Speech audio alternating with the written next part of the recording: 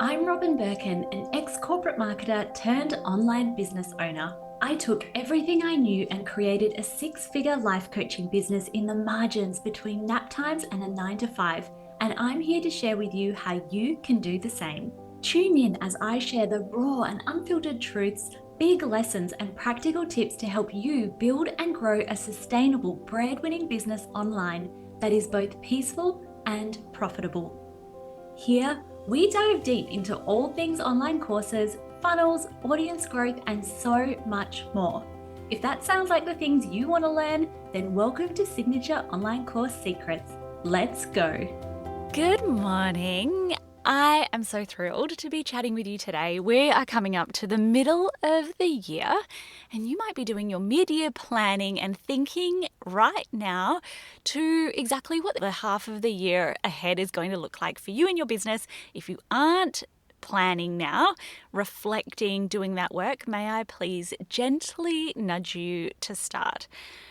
So that is what we are speaking to today, and I want to provide you with some of the insights into the way that I plan my business, the way that over the years I have ebbed and flowed and shifted and changed, whilst also actually not being as fast as you probably think and as nimble as you probably think, because a lot of the things are very considered.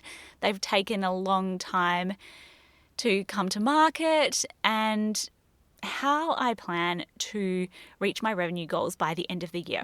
So let us dive in. I just wanted to say before we start as well that I so deeply appreciate you being here. I've had the loveliest feedback over the last month or so from people in my Instagram DMs letting me know that they tune in every week and that it's been really valuable, particularly for, I guess, what I speak about the most, which is creating, launching, scaling a hero signature offer that becomes sort of the backbone of your revenue. So I wanted to let you know that if you are one of the people who has slid into my DMs in the last month and let me know that you enjoyed the podcast, especially because we did that 5-day series, I really appreciate you, and it doesn't go unnoticed. You have made my day. Anytime I receive a message about the podcast, literally makes my day. So thank you, and thank you for being here and listening today. So whether you're on a walk, whether you're in the bath, let's be real, most of the people listening are very busy people, so you might not be in the bath, but you might be cooking dinner, might be going for a walk, you might be driving in your car. Thank you for being here, and I hope that this episode absolutely delivers on the goods. So whether you are like, yes, I also want $500,000, if you're like, I just actually want to make it to $50,000 or $100,000 or $200,000 this year, I hope that this episode provides you with some really valuable and potentially tactical things that you can do in your business to start really looking through and seeing where you might need to be in terms of your revenue. So the way that my business works, and I've mentioned this before, it's something that we're definitely working on, is that the beginning of the year is typically a slower start revenue-wise than the end of the year. And there's a couple of reasons for that. So always at the end of the year, we have Black Friday, and I also typically will do a little bit of a sprint / what I call the double dip. I'll pre-sell something in December that will only be dropping in January. It's also the time when people will start to think about, what are my high ticket purchases? What am I doing with my life and my money? It's also when people in the US and Canada and the United States and the UK come out of school break. So a lot of people will be like, it's super quiet during the summer break in the Northern Hemisphere.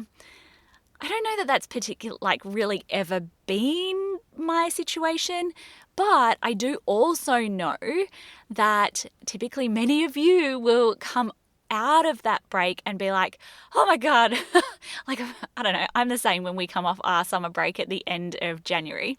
And I'm like, okay, let my brain come back online. Now I'm ready to sprint, and I'm kind of limping to the finish line of that long break. So seeing you if you're about to enter that. So typically the second half of the year is busy for those reasons. And from September, it's like go, go, go. September is one of the best times to launch. But also, like I just said, I come off our long school break at the end of January or beginning of February, after my girls have pretty much all of December and all of January off. And my business, I've spoken about this many times before in previous episodes, used to grind to a halt in that period, and it's probably one of the biggest ways that you can sabotage your business once you're established and in some ways earning consistent revenue, because you build momentum, and the goal should always be to have enough energy, for example, come off a launch and then continue on instead of come off a launch, feel exhausted, go back down to zero. It's very stop-start. So ideally what you want to do is come off a launch and then have momentum that keeps going and builds, have revenue that continues to build, rather than come off a launch and then something that I used to do back in the early days was I would come off a launch and then almost like when the money was about to run out, that's when I would relaunch. Don't do that. I very much want that continuity, and sometimes what I see as well is you'll go on a school break, whether that's a 2-week, 3-week school break or a big whopper 8 weeks or more, and you allow everything to grind to a halt. And one of the biggest lessons, I think, in that as well is that allowing your business to have forward momentum doesn't mean posting on Instagram. I am very bullish on the fact that you should be focusing on leads and sales and setting up whatever is on the other side. So reverse engineering what your goals are and then very much having that in mind. It doesn't mean just showing up on Instagram, although you don't want to ghost your audience for a month to 3 months and then show up again, because in exactly the same way, you go down to zero and then you have to rebuild back up again. Like whenever you stop and then start, that's when you've got to build back up again. So one of the things that I speak about in Batched is how you can create content really quickly, but also content that serves a purpose.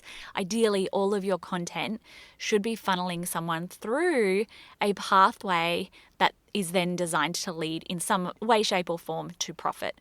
So typically in my business, the second half is always far more lucrative than the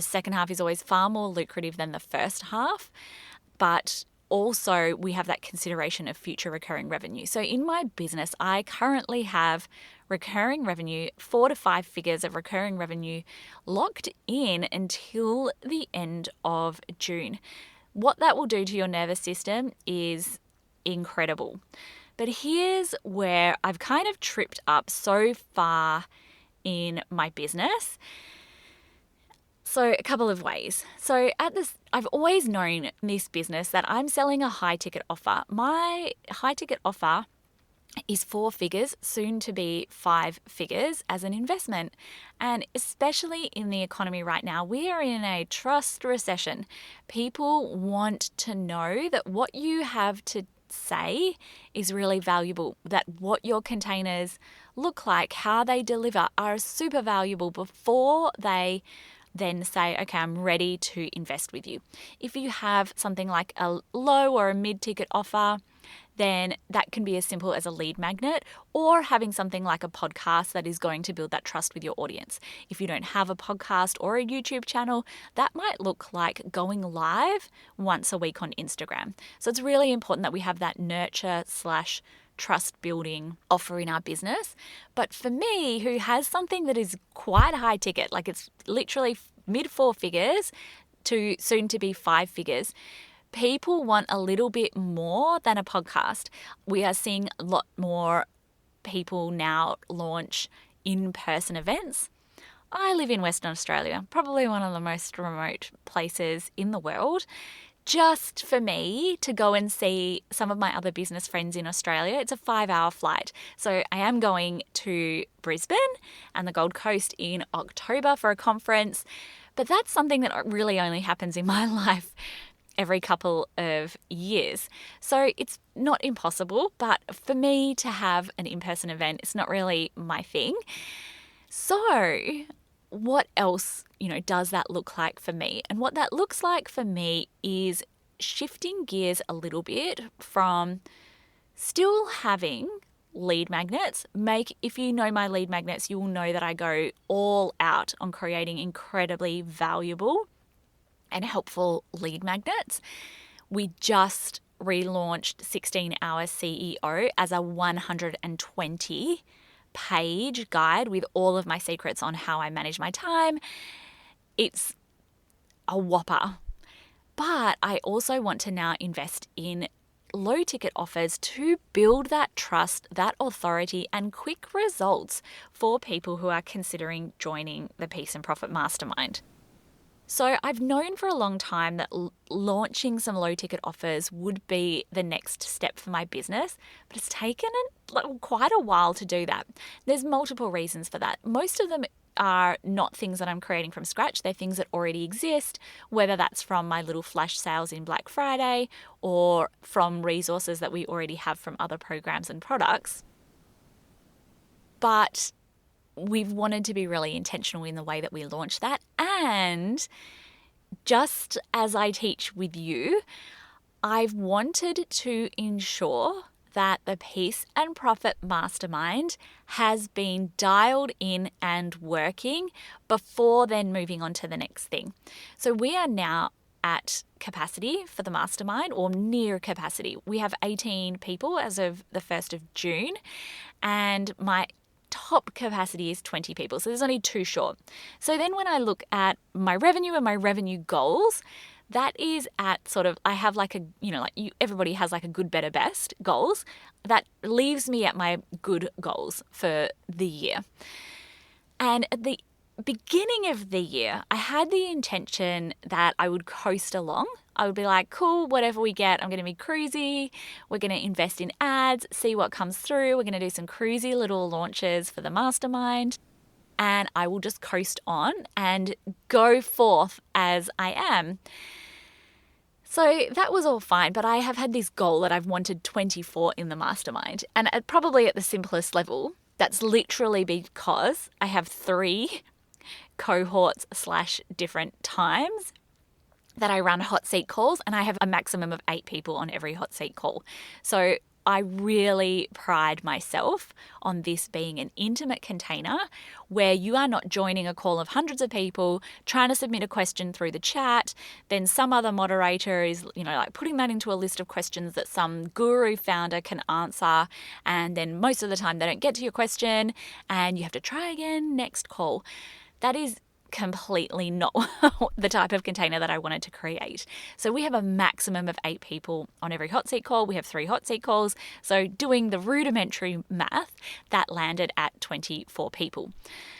That said, I also really pride myself on delivering a personalized experience. So if you join us on the waitlist, you get a personalized Suite 6 blueprint, which is anywhere from 10 to 26 pages long. And that's me. That's like me using my brain, looking at what's working in your business, having a look at your website, your profile on Instagram, whatever that is, and being like, okay, what's working, what's not? Where do we need to shift to change our offers? What kind of KPIs do we focus on for revenue?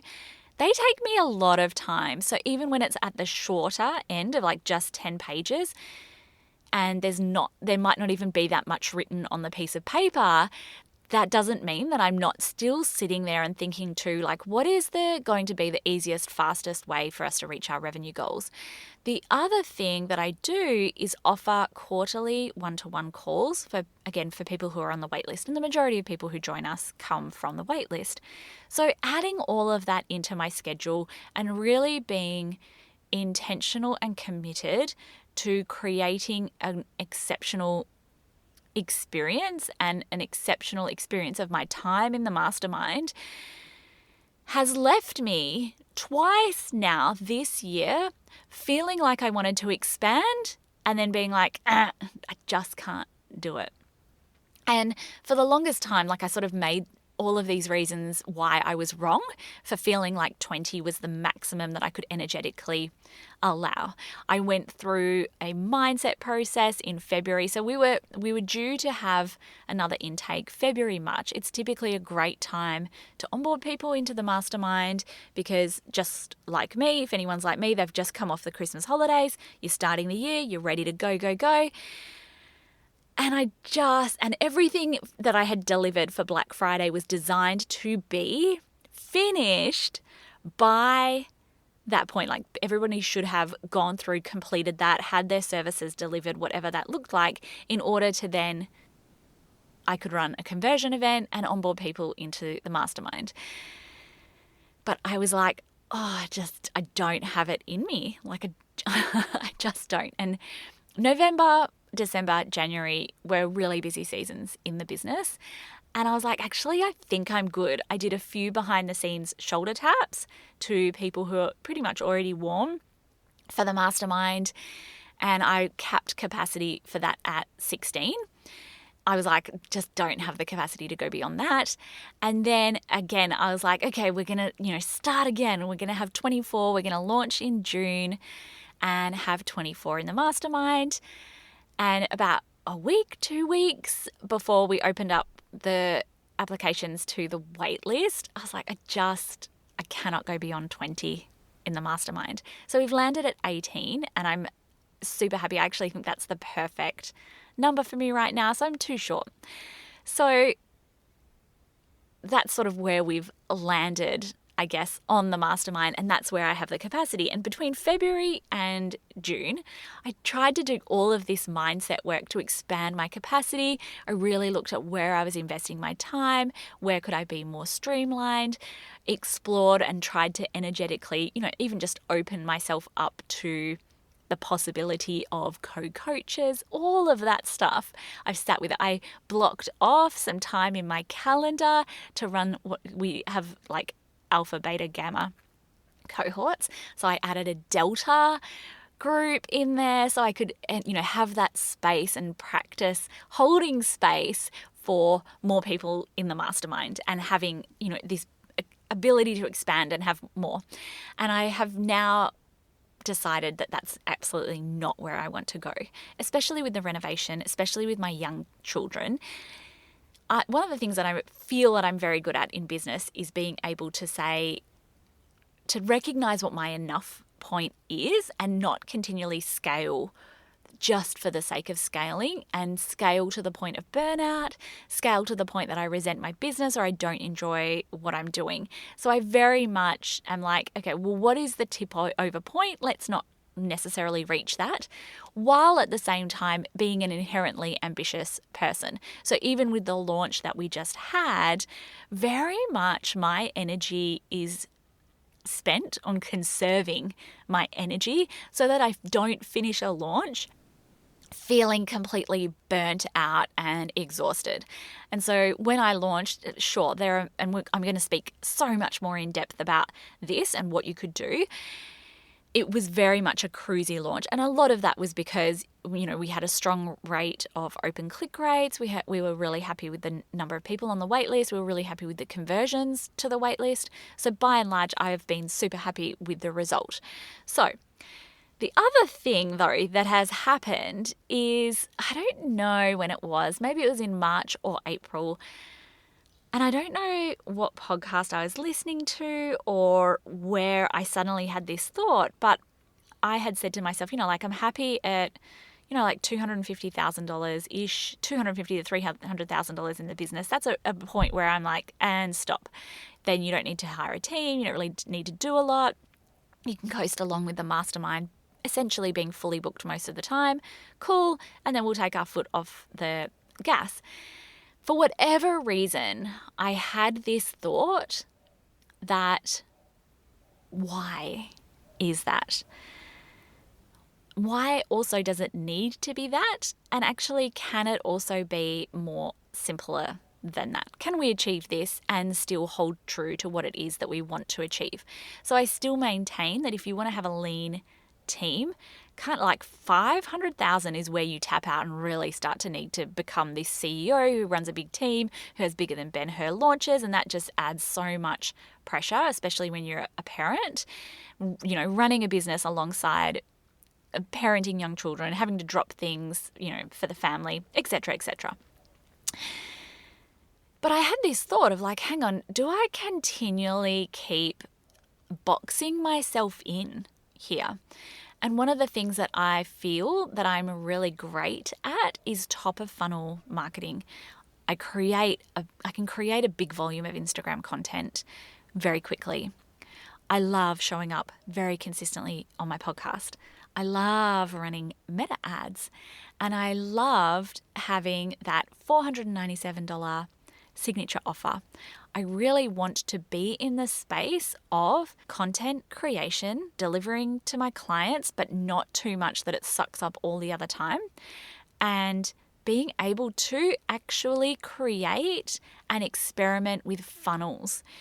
And with this higher ticket model, it really wasn't allowing any space for that. And I see this a lot with people who are booked out with one-to-one coaching. There's just no time for anything else. You lose your creativity, you start to feel burnt out, you start to question all your choices, and you really start to feel capped and trapped in terms of your revenue and your hours in your business.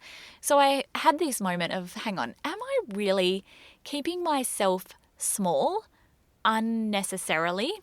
And what would it look like to play, to experiment in the second half of the year, knowing that I have the security of this recurring revenue? I already, in terms of sales in the business, am at that minimum point. Well, what would it look like to experiment further in the business?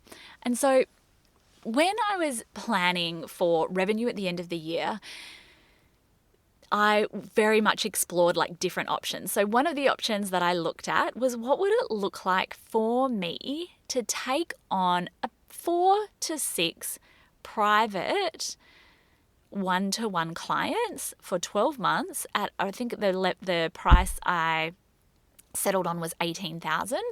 That would also include done for you work.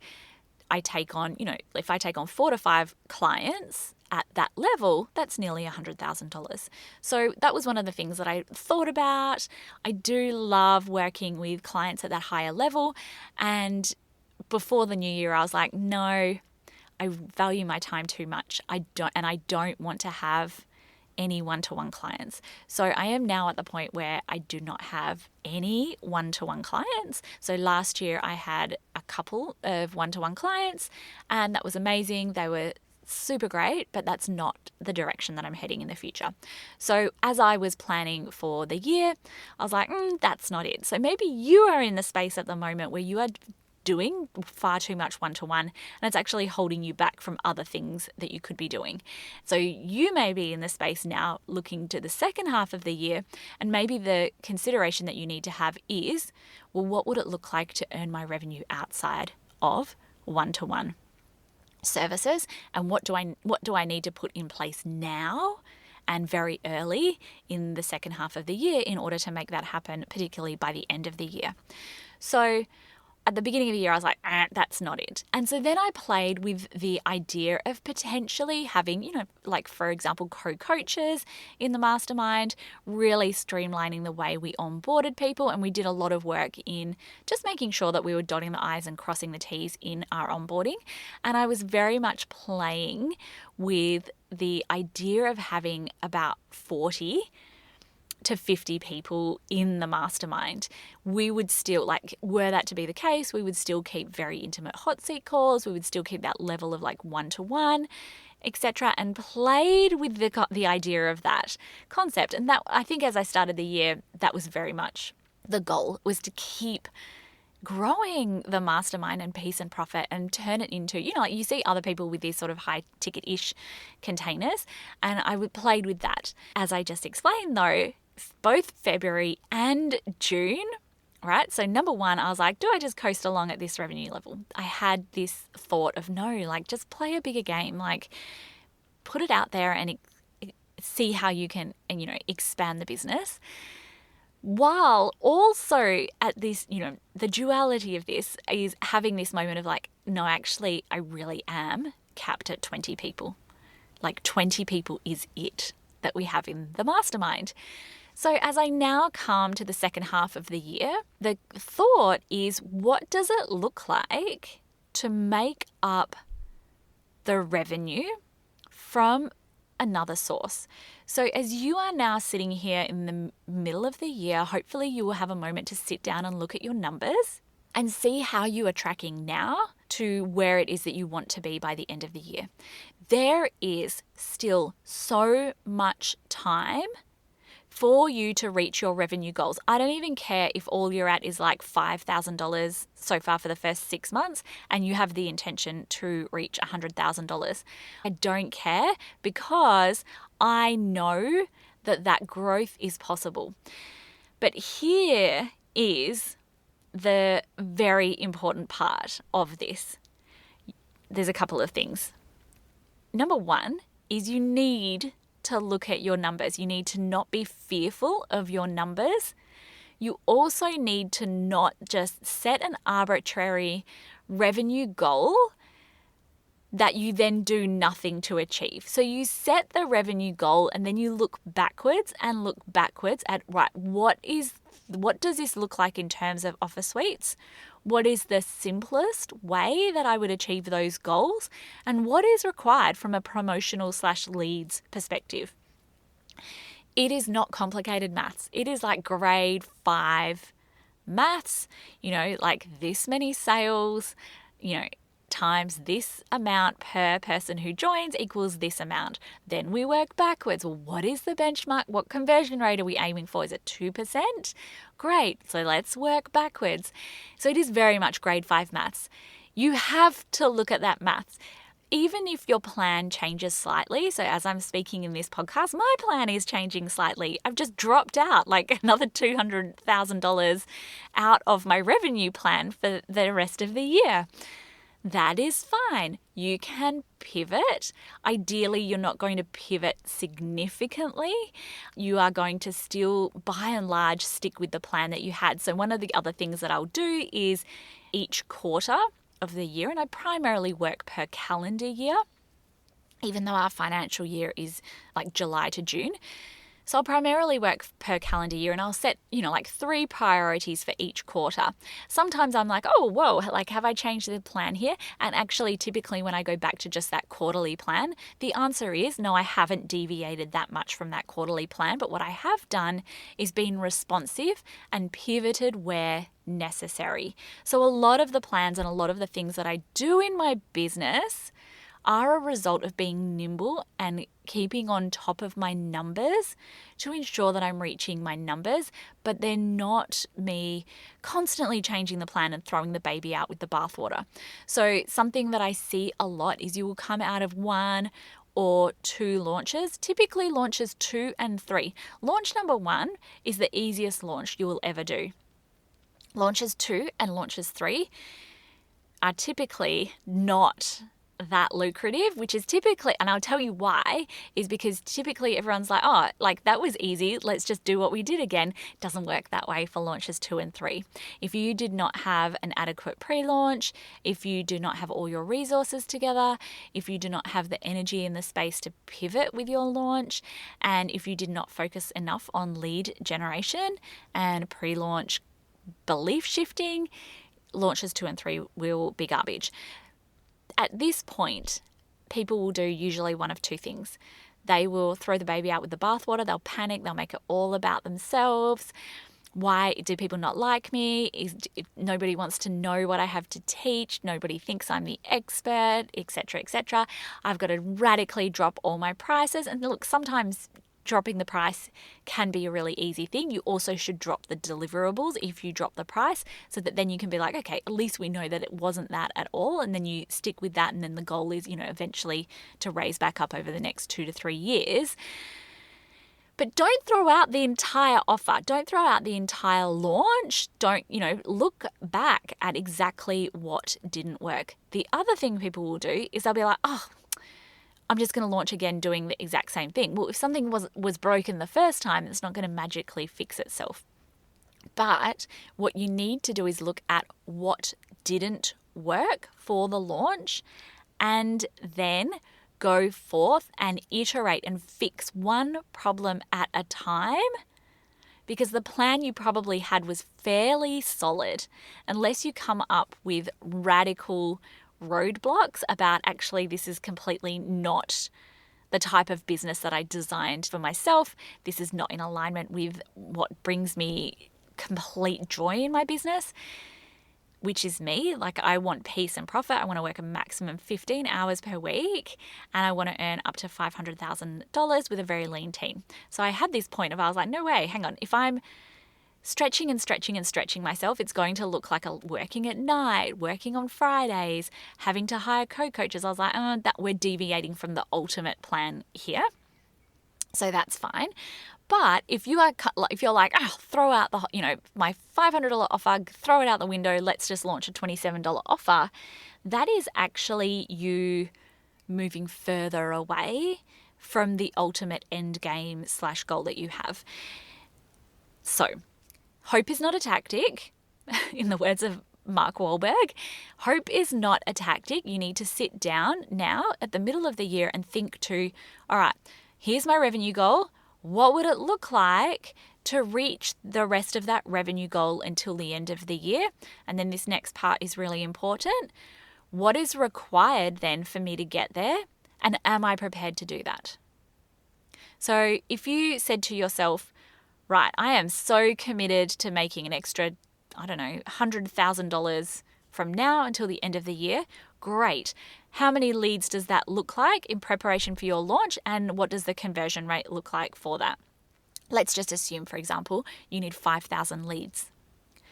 Right. Is that super unrealistic? Like, am I like, oh no, like I only get 12 leads per month into my business?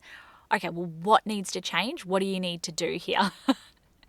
So are you willing to invest in Facebook ads? Are you willing to post on Instagram 4 times a day and ruthlessly check your analytics? Like, what does that take and literally you need to break down the maths and see what is required. So most people will be like, I want to make $100,000. Cool. I need 50 people in my program. Cool. And then go from there, not do the pre-launch work, and then be like, oh, wow, I didn't reach my revenue goals. It's terrible. I'm going to throw out the baby with the bathwater and now launch a $27 offer.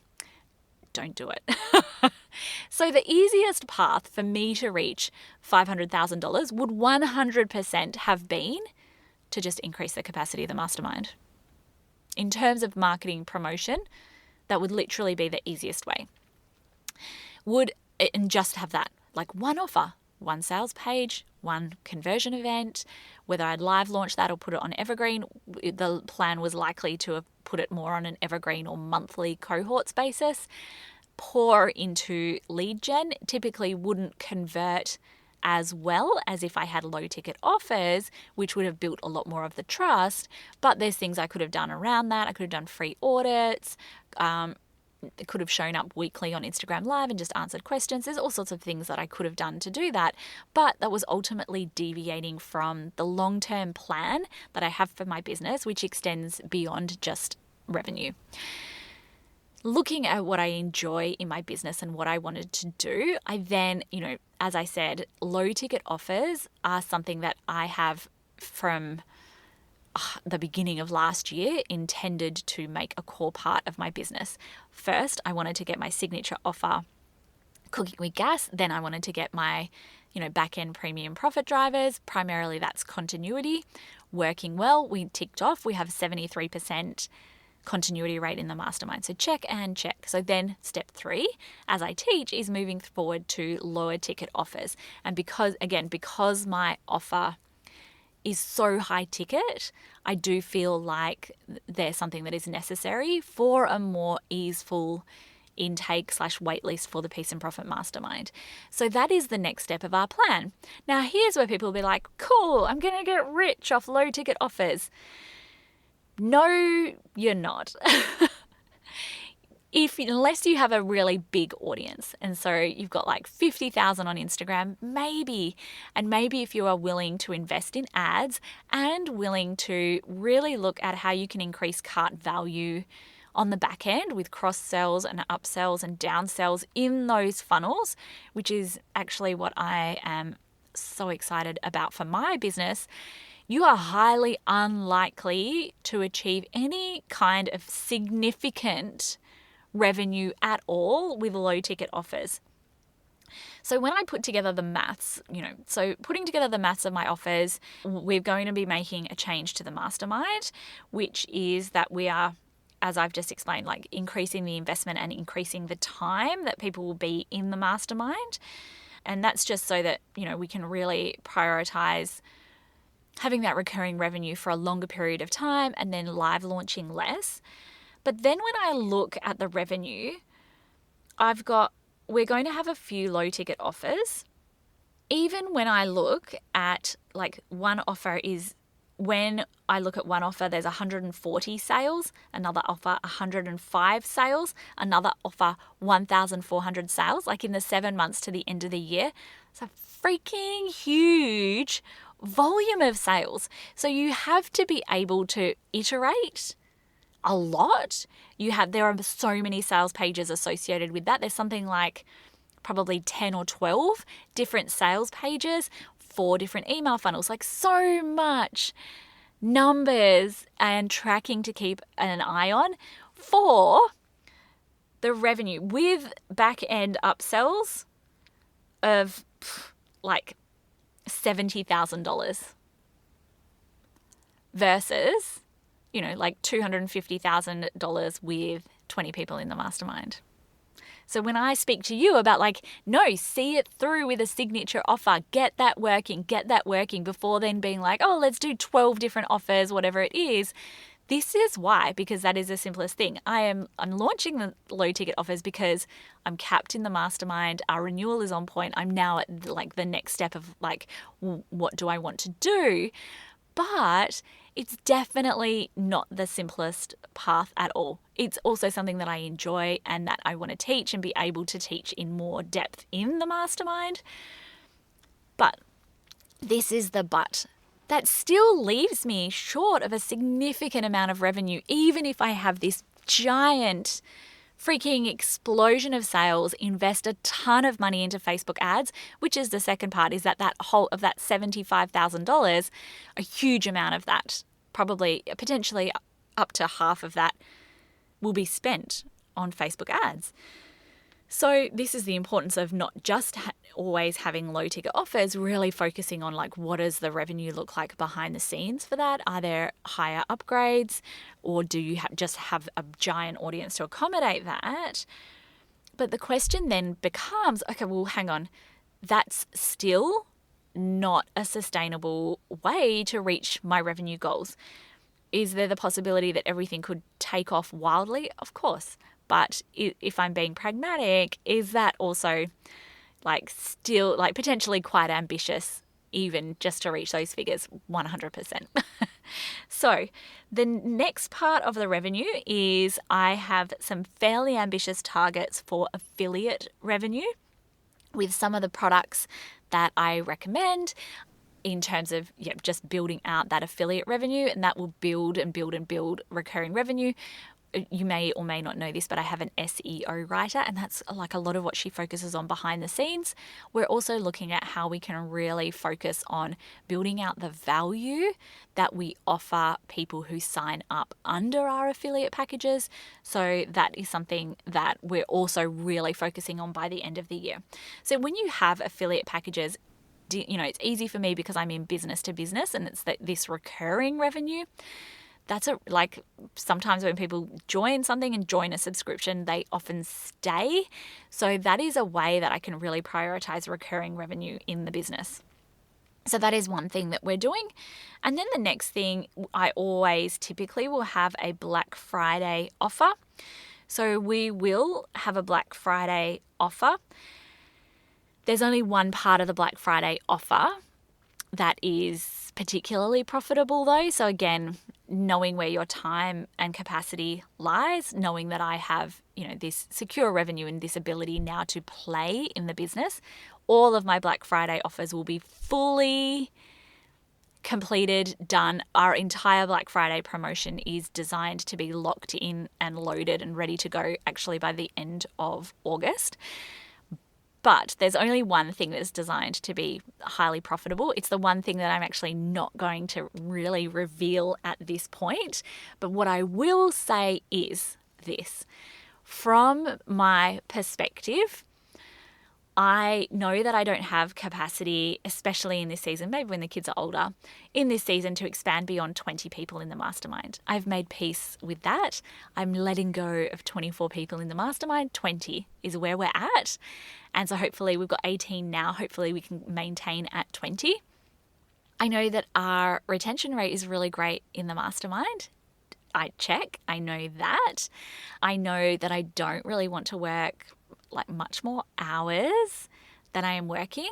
I know that I really struggle with serving people in more than one community. So I want all of my energy to be spent on that live, like coaching, consulting within Peace and Profit. And I know that I love funnels, but I also know that low ticket funnels is not where I will make up the majority of the revenue. So there is something in between that is coming. So I'm not going to tell you about it, but I have noodled on this so much. It's also not something that's going to complicate my offer suite. So I cannot reveal all of the details, but this has been something, as we come to the mid-year review, as I've been checking on all of my revenue, profit and loss, and where I want the business to head, that is something that I have been considering for quite some time, and it has finally become clear. So hopefully the lessons from this episode are that you have a really considered view on what your strengths are in your business. If you don't love funnels, if you don't love looking at numbers, if you don't love Facebook ads, you probably shouldn't launch low ticket offers, and you would ideally focus on one low ticket offer. Your offer does not need to be a 4 or 5 figure offer.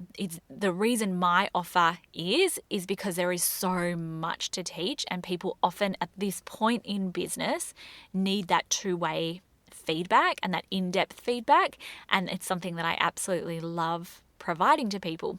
When I was in business to consumer though, I had an offer that was $497. It ran on Evergreen at $697, but when we launched, we would do like $397, $497 for that offer. If I was still in that space, I would actually really happily still be in that offer and be looking at how can I make it more compelling, how can I make my launches bigger, but I would still happily be sitting in that space and have a $397, $497 course, and also feel really confident that I could still reach $500,000 in my business when I looked at the maths and the numbers of what was required and what I would achieve. So if you are having launches and they're not meeting your expectations, there's 2 answers.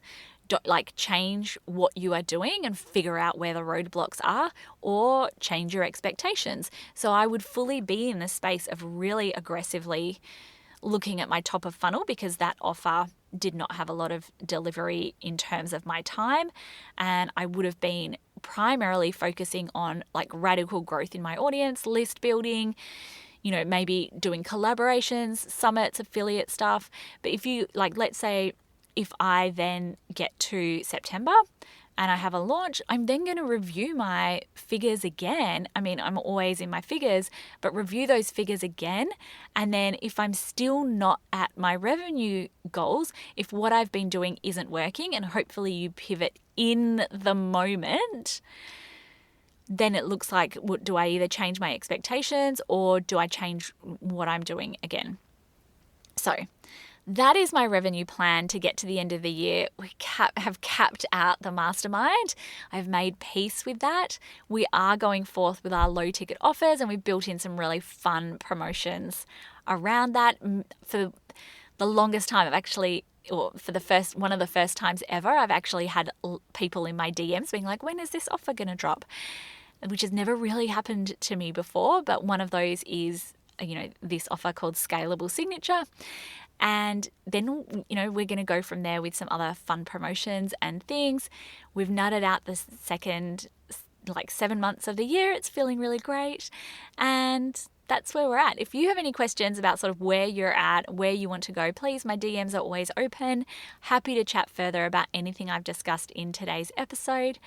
And I can't wait to speak to you next week.